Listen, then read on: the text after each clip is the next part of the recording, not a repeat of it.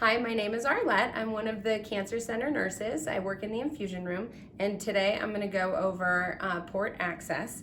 In this video, we're going to go over the access and the gathering of the supplies, the prepping of the patient. So when you have a patient come in who has a central line, one of the first things you want to do is often identify what kind of a central line they have. If they're in the emergency room and you think they're going to need to go to CT, you'll want to know if that is a pressure port. And so when we look at the ports that we put in here at Tahoe Forest, we put in these barred ports, and when you feel them, you'll feel the 3 nubs on there. So if the patient doesn't know if they have a power injection port, what can be done is they can go to radiology and they can snap a quick x-ray of the port, and the CT that you see on there in metal, when you put that on an image, it comes out on the back of the port as reading CT. That way you know this is power injection compatible. All of our needles at Tahoe Forest are also power injection needles. So you'll see that when I open up the kit. So on our patient, when you feel where their port is, generally patients coming into the cancer center always get a bacteriostatic saline wheel prior to injection. So what we have, this does not require a doctor's order, so we have a bacteriostatic saline vial here, and if you're the first one to open it, you'll want to date and initial it.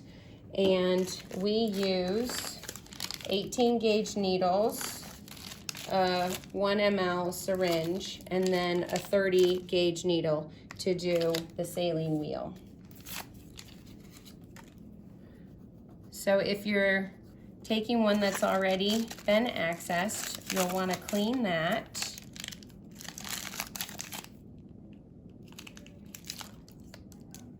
Drop about a 1/2 ml is usually adequate.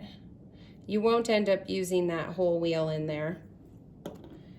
And then with your 30 gauge needle, you'll do a saline wheel right over the top of that port.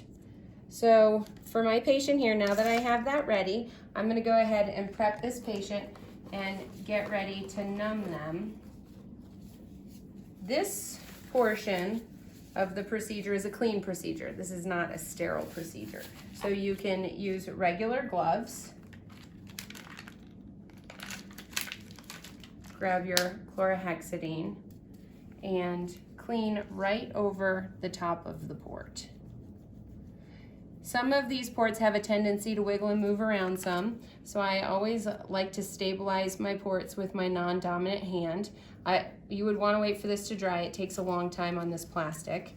So we'll pretend it's dry, and stabilizing the port, you take the bevel of that 30 gauge needle and you put it just underneath the skin, and then you would inject anywhere from, let's say 0.2 or more of that saline, so that you see a nice wheel form right over the top of that port. Then you can move on to gathering your